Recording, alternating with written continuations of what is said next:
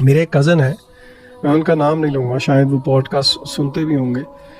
انہوں نے میوزک چھوڑا not because of religious reasons, اور انہوں نے مجھے بتایا کہ میں نے دین کی وجہ سے نہیں چھوڑا.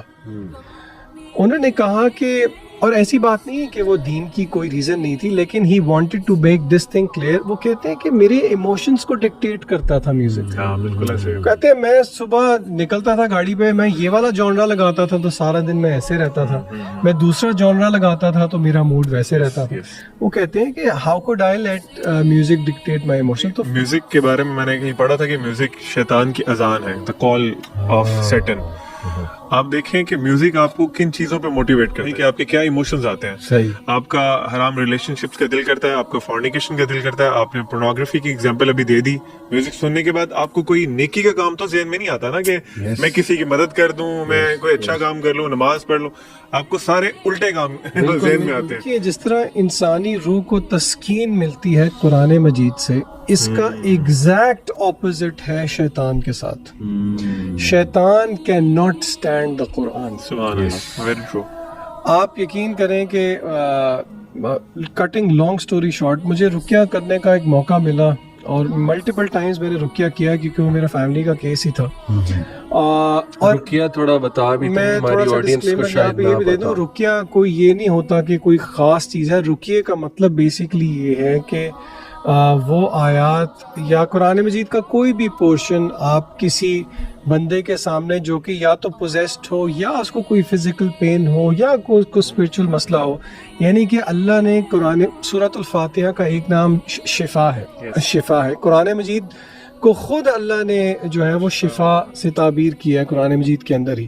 تو اس کو ریسائٹ کرنے کو رقیہ کا ایکٹ کہتے ہیں, اور وہ اللہ کی اجازت سے اگلا بندہ ہیل ہو جاتا ہے. دس از واٹ رقیہ از. اچھا, جو شیاطین ہے وہ رقیہ اور آذان اور اقامت وہ یہ برداشت نہیں کر سکتے. اور آپ یقین کریں رقیہ کرتے ہوئے میں نے دو چیزیں بہت پروفاؤنڈ دیکھی. نمبر ون, رقیہ کرتے ہوئے میں نے جو میرے سامنے جو کیس تھا اس پہ پوزیشن ہوئی ہوئی تھی, جو ہاتھوں کے سائنس تھے علی بھائی, وہ سارے وہ تھے جو کہ میوزیشینز کرتے ہیں. اچھا, یعنی کہ ٹو مائی سرپرائز اس میں سے اکثر سائنس مجھے نہیں پتا تھے, اور جب میں نے آ کے بتائے تو مجھے پتہ لگا یہ تو میوزیشینز کے سائنس ہیں. And she was an elderly lady. She was an جو ایلڈرلی, میوزک شاید وہ اس طرح سے نہیں, وہ ان کا میوزک سے دور دور تک کا کوئی تعلق نہیں تھا. اور آپ اس چیز سے آڈینس ریلیٹ کرے, یہ ریسنٹلی پچھلے سال میں جو کانسرٹس ہوئے ہیں آپ کو پتہ ہے, جو ضیاء بھائی بھی بہت کوٹ کرتے ہیں, جس میں یہ پورے انہوں نے سیٹینک ریچولز کیے تھے. اچھا, اور دوسری بات جو میرے لیے پروفاؤنڈ تھی وہ قرآن مجید کی تاثیر تھی. آپ یقین کریں, شاید سننے والوں کو یقین نہ آئے, لیکن کیونکہ میں نے تو فرسٹ ہینڈ ایکسپیرینس کی ہے.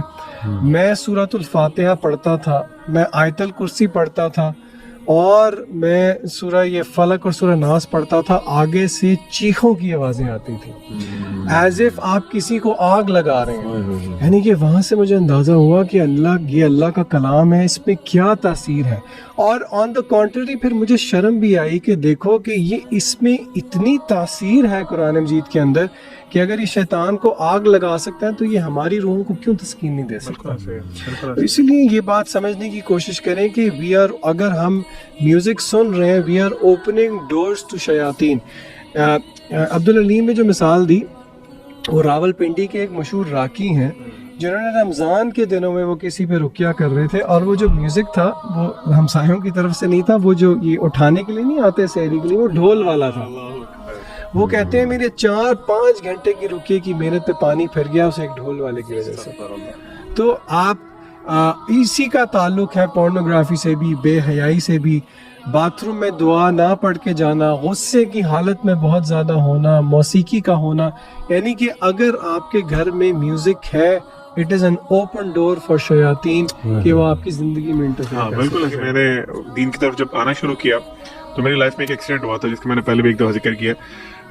تو میں جمعہ پڑھنے کے لیے گیا تھا ایک مسجد میں, جو کہ اس اللہ معاف کرے اس سے پہلے میں نہیں پڑھتا تھا ریگولرلی, اور میں مسجد کے بالکل لاسٹ جو جہاں جوتیاں نہیں پڑی ہوتی وہاں بیٹھا ہوا تھا. اس ٹائم پہ گیا تھا, استغفر اللہ.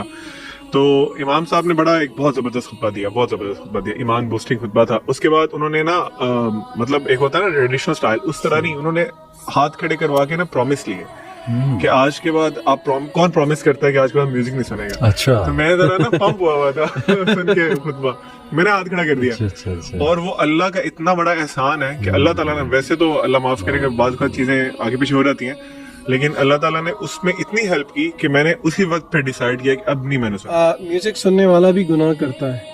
آدم علیہ السلام سے بھی گناہ ہو گیا, ایک بحیثیت بشر, ایک انسان ہوتے ہوئے گناہ ہو گیا. جیسے کہ اسکالر سمجھاتے ہیں کہ ابلیس سے بھی گناہ ہو گیا. ابلیس نے بھی اللہ تعالیٰ کی بات نہیں مانی, آدم علیہ السلام نے بھی بات نہیں مانی.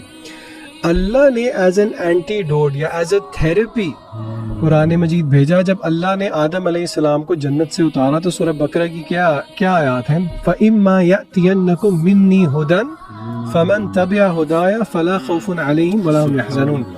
اللہ نے کہا کہ اب تمہیں میں نیچے اتار رہا ہوں, تمہارے پاس ہدن ہدایت آئے گی. الہدا قرآن مجید ہے. جس نے اس کی پیروی کر لی, فمن تبع ہدایا فلا خوف علیہم ولا هم يحزنون. اس سے ہمیں گناہ اور قرآن کا ایک تعلق پتہ لگتا ہے. گناہ ہم سے بھی ہوتا ہے, گناہ آدم علیہ السلام سے بھی ہو گیا. اس کی تھیراپی ہے قرآن مجید, نہ کہ ہم جو ہے اس تھیراپی کو چھوڑ کے جو کہ جس گناہ کی وجہ سے ہمیں بھیجا گیا تھا وہ اسی گناہ کی ایک نیچر کو ہم ریپیٹ کرتے ہیں. پھر یہ لیرکس دیکھیں, تیرے نام سے جی لوں, تیرے نام سے مر جاؤں, تیری جان کے صدقے کچھ ایسا کروں. اللہ کہتا ہے قل ان صلاتی و نسکی و محیای للہ رب العالمین ومماتی للہ رب العالمین. یہاں پہ یہ کس طرح کی ایلوژن کریٹ کی جا رہی کہ سب کچھ تو ہی ہے, پھر یہ ہم تیرے بنا اب رہ نہیں سکتے, تیرے بنا کیا وجود میرا. Is it true?